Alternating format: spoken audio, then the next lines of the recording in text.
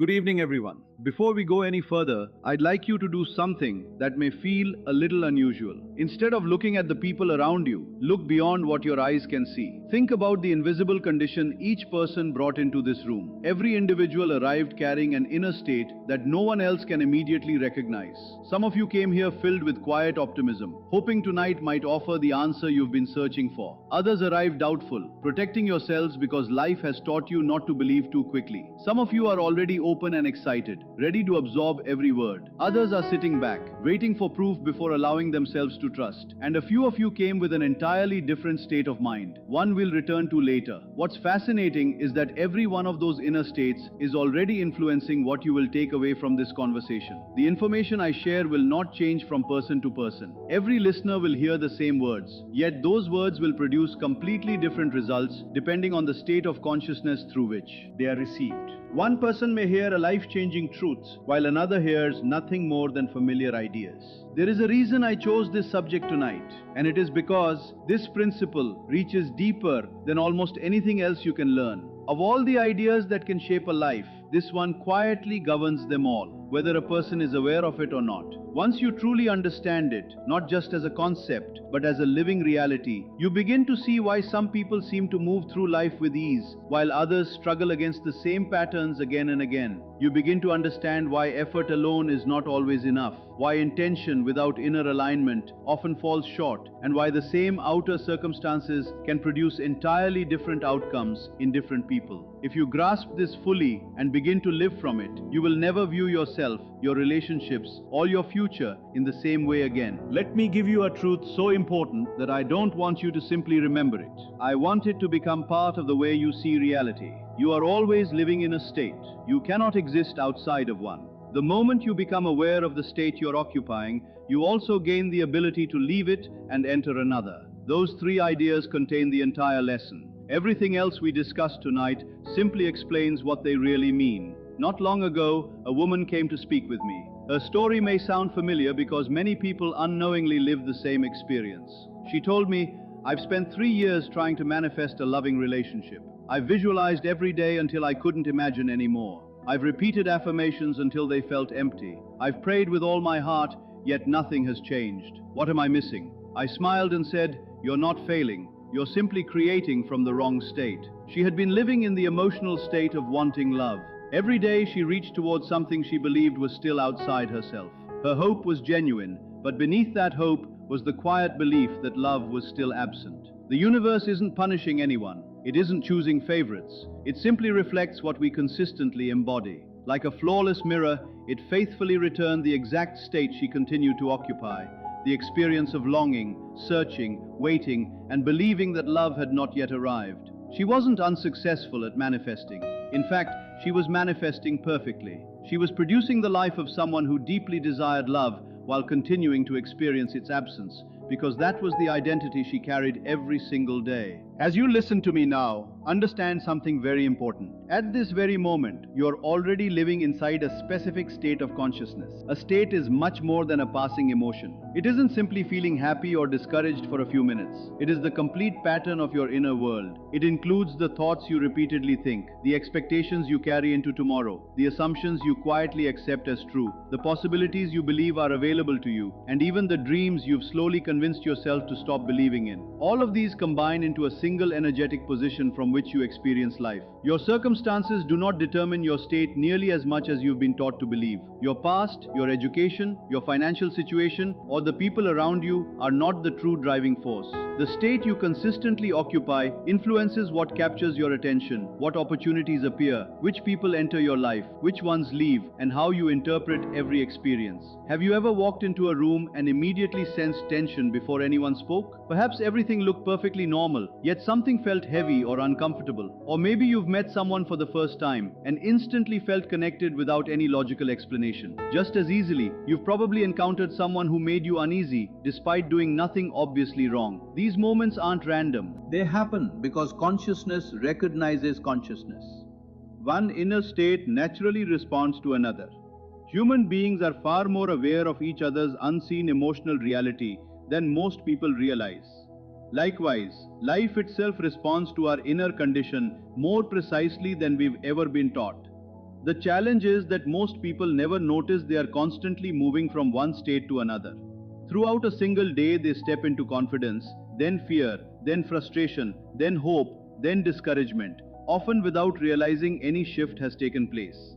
It's like an actor changing costumes between scenes while forgetting they're performing at all. The script guiding those changes was accepted long ago without conscious choice.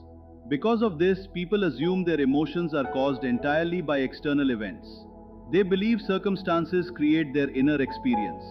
Tonight, I want you to see the opposite. Understanding states of consciousness is one of the most practical forms of knowledge you can ever gain. Not practical in the sense of learning another technique or strategy, but practical because it reveals the actual mechanism through which your life unfolds. It's similar to understanding gravity. Once you know how it works, you stop fighting against it and begin working with it. Instead of feeling pushed around by changing circumstances, you begin steering your own direction with intention. Years ago, a man attended one of my talks. He was an artist with undeniable talent, but almost no success. His small apartment was overflowing with paintings that no one seemed interested in buying. Bills continued to pile up, and each month became harder than the last. Then one evening, something inside him changed. For the first time, he truly understood what it meant to live from a state of consciousness. The idea didn't simply make sense intellectually, it became real. And in that moment, he made an unexpected decision. He didn't decide to paint more hours. He didn't decide to contact additional galleries. He didn't even decide to improve his technique. He made a decision about who he would become internally before anything changed externally. That single decision about his state became the beginning of an entirely different life. He decided that he would no longer live in the identity of a struggling artist. Instead, he chose to inhabit the state of a respected and successful creator, the version of himself whose work was appreciated, desired, and recognized by others. Every morning, he began asking himself a powerful question. How would a successful artist feel when he wakes up? Not how would he pretend to feel, and not how would he act in front of others, but how would he genuinely feel within himself? How would he carry himself? How would he enter his studio? How would he approach his craft if he already knew his work had value? He began to embody that identity before there was any visible proof. He walked with quiet confidence. He treated his creative space with respect and discipline, just as someone successful would treat the place where their greatest work is created. He spoke about his paintings with the certainty of someone who understood their worth. He stopped seeing himself as someone waiting for approval and started seeing himself as someone whose work deserved to be experienced. Then, something remarkable happened. 6 months later, a gallery owner discovered his paintings. Soon after came his first solo exhibition. Collectors began showing interest. The world around him started changing. And I want you to truly understand this idea. His outer world had no choice but to reflect the inner state he consistently maintained. Did his circumstances transform his identity? No. His identity transformed his circumstances. As within, so without. This is not simply a beautiful idea or a philosophical statement. This is the way consciousness operates. Think about your own life. There have been days when everything seemed to move effortlessly. You woke up feeling different. Your thoughts felt lighter. You carried yourself with more confidence. Somehow the entire day seemed to respond differently. Your morning felt peaceful. Conversations flowed naturally. Strangers smiled at you. Opportunities appeared from unexpected places. Problems that once felt impossible suddenly seemed easier to solve. The world itself seemed to be cooperating with you. Then there were other days when everything felt difficult. Traffic frustrated you. People seemed more distant. Technology failed at the wrong moment. Even your own thoughts felt like they were working against you. The same world that felt full of possibility on one day suddenly appeared cold and resistant on another. But what truly changed? Did the universe suddenly decide to treat you differently? Did reality rearrange itself overnight? No. You shifted from one state of consciousness into another, and the world around you, being completely faithful to the state you were expressing, reflected that change back to you. This is not coincidence. It is not simply about having a better mood or changing your perspective temporarily. It is a deeper principle, the way consciousness shapes experience. This is the truth behind the ancient understanding of I am. Not I was, not I will become, not I am trying, but I am. Those two words represent the present creative power within you. Whatever words you place after I am, you are not merely describing yourself. You are creating an identity. When you say, I am not enough, you begin to live from that assumption. When you say, I am always struggling, you reinforce that experience. When you say, I am forgotten, you begin noticing evidence that supports it. But when you declare, I am blessed, I am capable, I am worthy, I am someone who naturally experiences success and abundance, you begin moving into a different state. I am is the creative force expressing itself through you at every moment. The question is not whether this power is working, it is. The only question is whether you are consciously directing it or allowing old beliefs, past experiences, and unconscious patterns to control the direction of your life. So what exactly is a state of consciousness? This is where many people become confused because they mistake a temporary emotion for a state. A mood is like the weather. It changes from hour to hour. A state is like the climate. It is the deeper environment that influences everything within it. A state of consciousness is a complete inner arrangement of your thoughts, emotions, expectations, assumptions, and beliefs about yourself. All of these elements come together to create a pattern that feels natural and familiar. When you truly occupy a state, you do not need to force yourself to act like someone who belongs there. Your thoughts naturally match that identity. Your behavior naturally reflects it. Your expectations naturally come from it. A person who lives in the state of being deeply loved does not constantly question whether they are worthy of love. They do not need constant reminders or reassurance. Love feels normal. It feels like breathing. It feels like something that naturally belongs in their life. They are not desperately trying to hold on to it. They simply exist within it. Think of consciousness like a radio receiver. At this very moment, countless signals are moving through the air around you. Music, conversations, news broadcasts, and different frequencies are all present at the same time. But you only hear the station your receiver is tuned into. Consciousness works in the same way. When you are tuned into the frequency of lack, you begin experiencing the world through that filter. Lack has its own emotional signature. It creates a certain inner atmosphere. You notice what is missing. You focus on what you don't have. You see limited money, limited opportunities, limited love, limited recognition. Every experience seems to repeat the same message. There is not enough. The world has not changed. The frequency you are experiencing it through has changed. When you are tuned into the frequency of abundance, your entire perception begins to change in ways that are both subtle and profound. You begin noticing possibilities you once overlooked. Resources appear where you thought there were none. Meaningful connections emerge, and solutions that once seemed impossible suddenly become visible. Even the questions you ask yourself begin to shift. Instead of constantly asking, what is missing, you start asking, what is available, what is possible, what is already flowing toward me. And this is the truth that should give you incredible hope. Both frequencies are available right now. Abundance exists right now. Love exists right now. Opportunity, connection, creativity, and growth are all present in the invisible field of possibility. The question is not whether these things exist. The question is which frequency you are choosing to experience. And the most powerful realization is this: you are the one holding the dial. You are the one who can shift the station. This is where most people misunderstand life. They have everything reversed, and that reversal becomes the source of so much unnecessary suffering. Most people believe their inner world is created by their outer world. They think, I feel anxious because my business is failing, or I feel lonely because I don't have someone beside me, or I will become confident when I finally achieve something worthy of confidence, or I will feel peaceful once all my problems are solved, or I will be happy when something outside of me changes.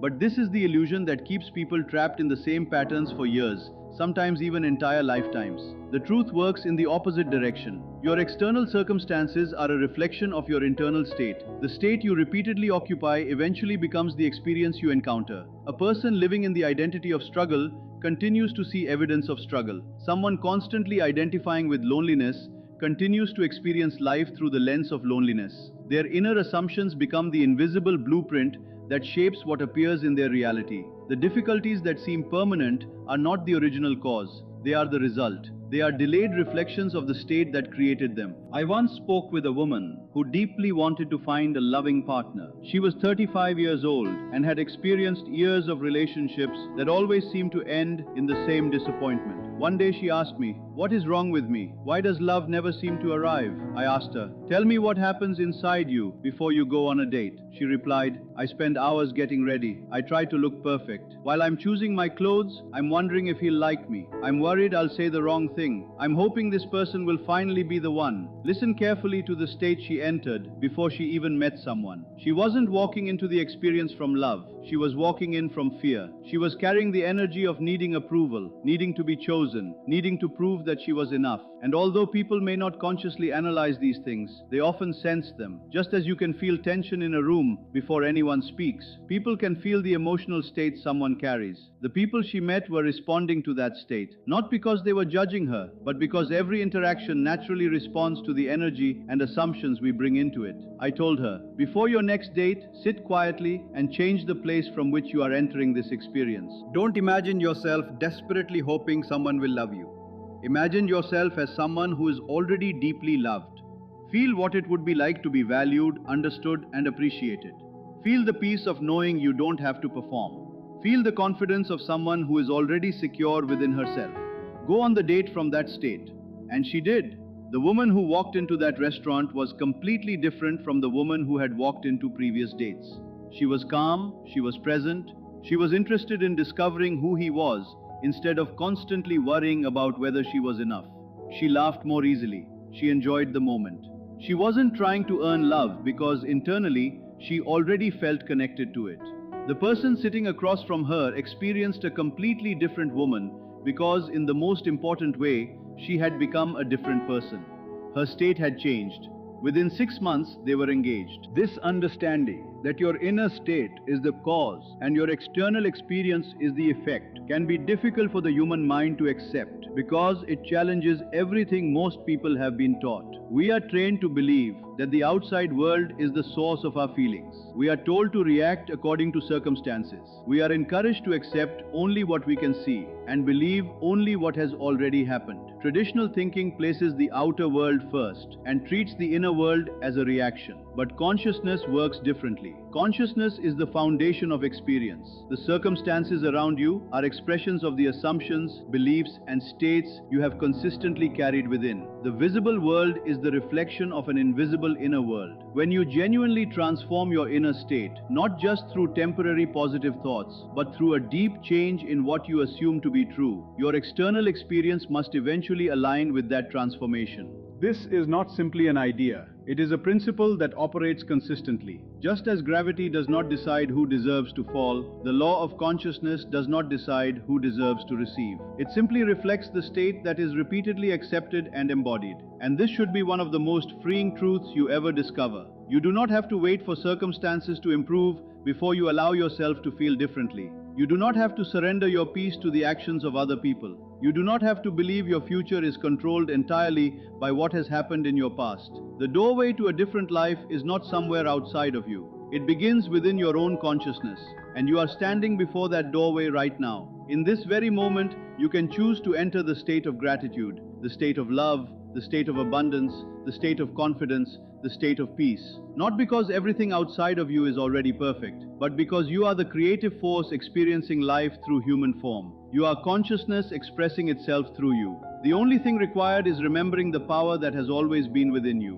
When you are tuned into the frequency of abundance, your perception begins to transform in ways that are both subtle and profound. You start recognizing possibilities that were always present but hidden from your awareness. Resources become visible. New connections appear. Solutions seem to emerge naturally from places you never considered before. The question you ask yourself changes as well. Instead of constantly searching for what is missing, you begin noticing what is already available. You begin asking, what is possible? What is flowing toward me? What opportunities are already surrounding me? And here is the truth that should fill you with hope. Both frequencies exist right now. The frequency of lack exists. The frequency of abundance exists. Love exists. Opportunity exists. Growth exists. The life you desire is not absent from reality. It exists as a possibility waiting to be experienced through the state you choose to occupy. The only question is this: which frequency are you tuned into? And the most empowering part is that you are not powerless in this process. You are the one holding the dial.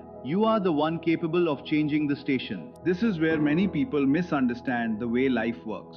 They have the entire process reversed, and this reversal creates years of unnecessary struggle. Most people believe they feel a certain way because of what is happening around them. They say, I am stressed because my business is failing. I am lonely because I don't have someone in my life. I will become confident when I finally accomplish something meaningful. I will experience peace when all my problems disappear. I will be happy when my circumstances improve. But this way of thinking keeps people trapped in endless cycles because it places the power outside of themselves. The truth is the complete opposite. Your inner state influences your outer experience. Your circumstances are often a reflection of the state you repeatedly return to. A person who constantly identifies with struggle begins seeing life through the eyes of struggle. A person who believes they are alone continues experiencing the world from the perspective of loneliness. Their assumptions become the invisible foundation shaping what they notice, what they attract, and what they allow into their experience. The problems that appear permanent are not the original source. They are the effects. They are the delayed reflections of an inner state that existed before the physical evidence appeared. I once spoke with a woman who deeply wanted to find a husband. She was 35 years old and had spent years dating. Yet every relationship seemed to follow the same painful pattern and arrive at the same disappointing ending. One day she asked me, "What is wrong with me? Why does love never seem to stay?" I asked her, "Tell me what happens inside you before you go on a date." She answered, "I spend hours getting ready. I try to look perfect. While I'm choosing my clothes, I wonder if he will like me. I worry that I might say something wrong. I hope this person will finally be the one." Notice the state she was entering before she even arrived. She was not walking into the experience from love. She was walking in from fear. She carried the feeling of needing approval. She carried the belief that she had to prove she was worthy. She entered the room hoping someone else would confirm her value. And people often sense these things without consciously understanding why. Just like you can feel tension when you enter a room before anyone says a word, you can feel the emotional state someone carries. The people she met were responding to the state she was expressing. I told her, before your next date, sit quietly and stop imagining yourself as someone searching for love. Instead, imagine yourself as someone who is already loved. Feel what it would be like to be deeply appreciated. Feel the security of being understood. Feel the ease of knowing you do not need to perform, impress, or prove yourself. Enter the experience from the state of someone who already feels complete. And she followed this advice. The woman who walked into that restaurant was no longer the same woman who had walked into previous dates. She was relaxed. She was curious about the other person instead of being consumed by whether she would be accepted. She laughed freely. She enjoyed the moment. She had nothing to chase because internally she no longer felt empty. The person sitting across from her experienced a different woman because in the way that mattered most, she had become different. Her state had changed. Within 6 months, they were engaged. This understanding that the inner state creates the outer experience is one of the hardest truths for the human mind to accept because it challenges everything society has conditioned us to believe. We have been taught that the external world is the source. We have been taught to react to circumstances. We have been taught to believe what we see first and imagine only what appears possible. Most people live as though the outside world is the cause and the inner world is merely the reaction. But consciousness works in the opposite direction. Consciousness is the foundation. The external world is the expression. Everything you see around you is the visible result of invisible assumptions, beliefs, and expectations that have been accepted within. The world you experience is not the starting point, it is the reflection. Change the inner world at the level of belief and assumption, not simply through temporary positive thoughts, and the outer world begins to align with that transformation. This is not just an idea, it is a principle. Just as gravity operates without asking whether someone deserves its effects, consciousness reflects without judging whether a person should receive something. It simply responds to the state that is consistently embodied. And this should be one of the most freeing realizations you ever discover.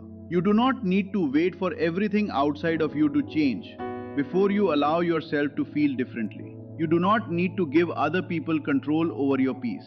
You do not need to remain trapped by what happened yesterday. The doorway to a different life is not somewhere outside of you. It exists within your own consciousness. And you are standing before that doorway now. In this very moment, you can choose a new state. The state of gratitude, the state of love, the state of abundance, the state of confidence, the state of peace. Not because every circumstance is already perfect, but because you are the creative awareness experiencing life through human form. You are consciousness expressing itself through you. The question is no longer whether this power exists. The question is whether you will consciously direct it. He had moved beyond the old way of seeing life. He understood that his inner state was not merely a reaction to the world around him, but the very source from which his experience was formed. Circumstances were only the reflection. Consciousness was the cause. Once a person becomes aware of the state he is occupying, the next question naturally arises. How does one move into a different state? The answer is far simpler and far more powerful than most people expect. You do not change an unwanted state by fighting it. What you resist, you often strengthen. What you continually battle, you continue to feed with attention, and attention is never passive. It carries creative power, because whatever you repeatedly focus on is what you keep reinforcing within your consciousness. Resistance keeps the old state alive because resistance is still a form of attachment. You are still giving energy to the very thing you are trying to leave behind. So instead of struggling against the state you no longer want, you gently redirect your awareness toward the state you prefer. Not through force, not through desperation, and not through pretending, but through conscious choice. Imagine that your different states of consciousness are like rooms inside a large house. If you find yourself standing in the room of fear, worry, or doubt, and you desire to enter the room of confidence, peace, or love, you do not need to destroy the room you are leaving. You do not need to convince yourself that worry was wrong, and you do not need to hate the experience that brought you there. That room exists because it was once a state you entered and accepted. But you are not trapped there. You simply turn around, recognize the doorway, and walk toward the room you choose.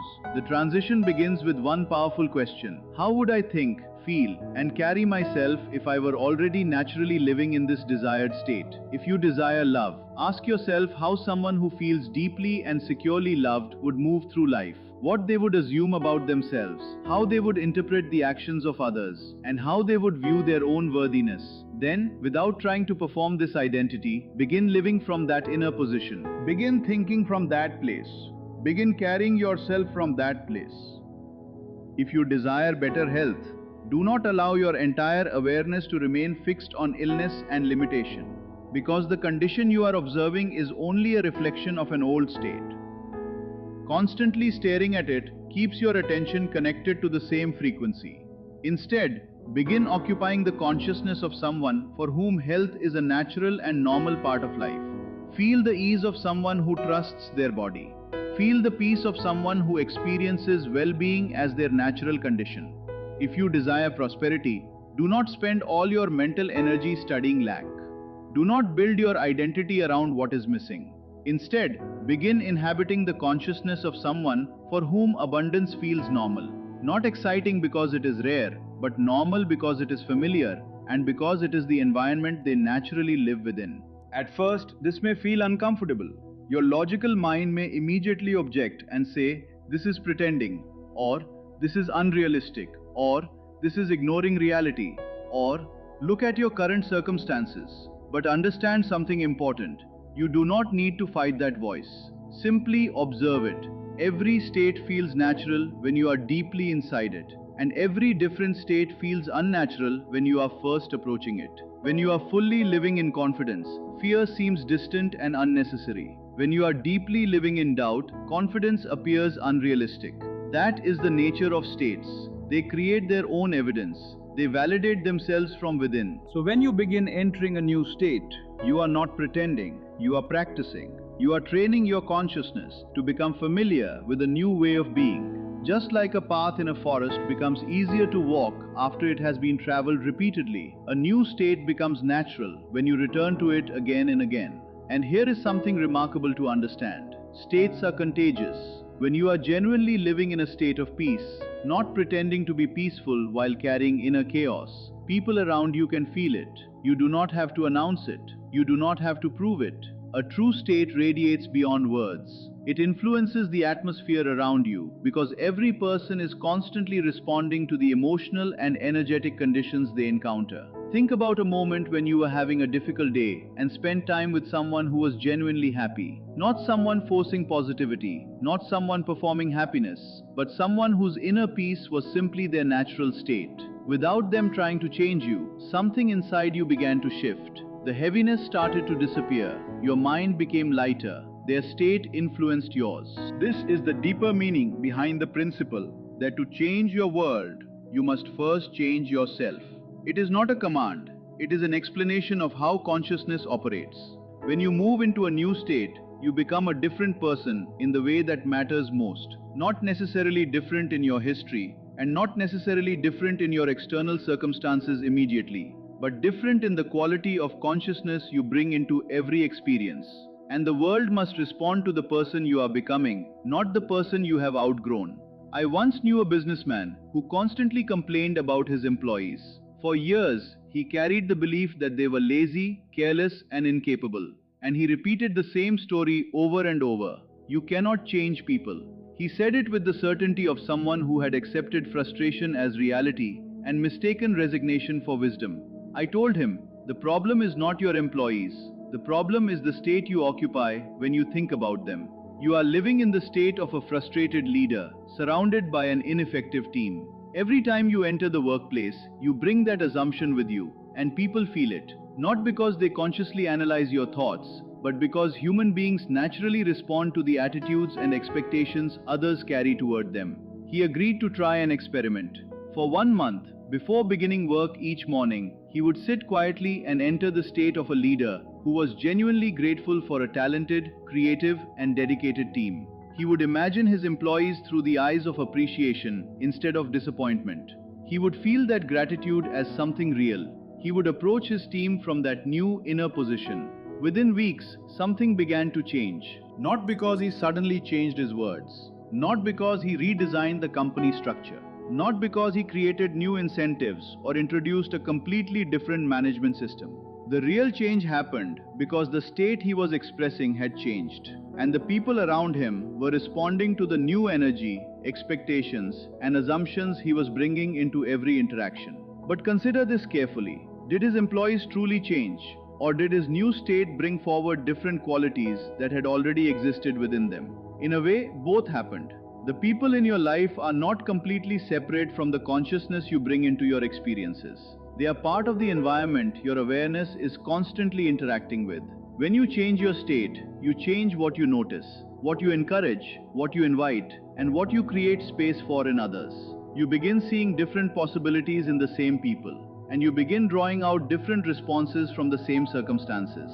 But creating a new state requires something many people underestimate: persistence. Every state carries momentum. A familiar state becomes like a well-worn path in your mind. Your consciousness has traveled that path so many times that it no longer feels like a choice. It feels like reality itself. It feels like the only way you can think, the only way you can respond, and the only way life can be. A new state feels different at first. It feels unfamiliar. It may even feel uncomfortable. It may feel like effort, but this is completely natural. Imagine your consciousness as a river that has been flowing in one direction for years, perhaps even decades. If you want to change the direction of that river, you cannot expect the water to instantly move into a completely new path. A new channel must be created. At first, the water will continue trying to follow the old route. But if you continue deepening the new channel, the flow eventually begins moving there naturally. Over time, the new path becomes stronger than the old one, and eventually the river no longer needs to be forced. It simply flows in the new direction. This is exactly how transformation works. At first, a new state requires awareness and intention. Then it begins to feel more natural. Eventually, it becomes who you are. But sustaining a new state requires something very specific. You must remain committed to it even when the external world appears to disagree. This is where true transformation is tested. If you are building the state of success, you must continue returning to that state, even on days when nothing around you looks successful. If you are embodying the state of love, you must remain connected to that feeling, even when someone temporarily behaves in a distant or cold way. This does not mean pretending that reality is different. It does not mean ignoring what is happening. It means refusing to allow external conditions to decide who you are internally. It means refusing to let the reflection in the mirror define the person standing in front of it. This is the deeper meaning of faith. Faith is not blind belief without reason. Faith is the disciplined ability to remain connected to a chosen state before physical evidence appears.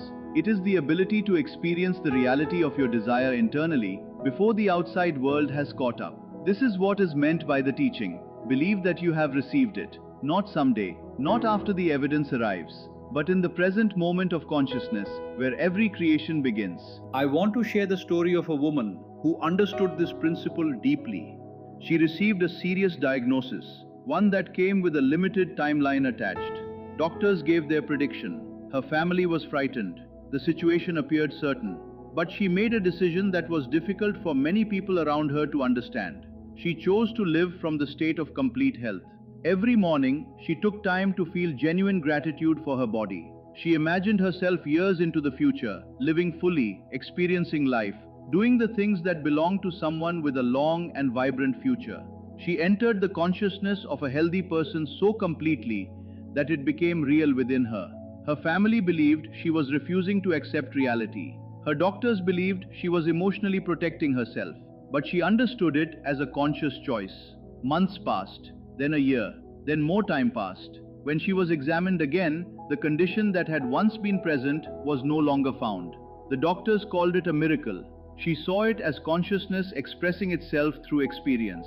The same creative process always operating, now directed with unusual focus and persistence toward life. And now I want you to understand something that can completely transform the way you view your own existence. You are already experiencing this process perfectly. Your current life, every pattern, every relationship, every circumstance is a reflection of the states you have repeatedly occupied. This is not a judgment. It is simply the way the principle operates. Your relationships reflect the assumptions you carry about love, connection, and your own worthiness to be understood. Your finances reflect the beliefs and emotions you hold around abundance, receiving, and possibility. Your experiences are constantly revealing the inner states you have accepted as natural.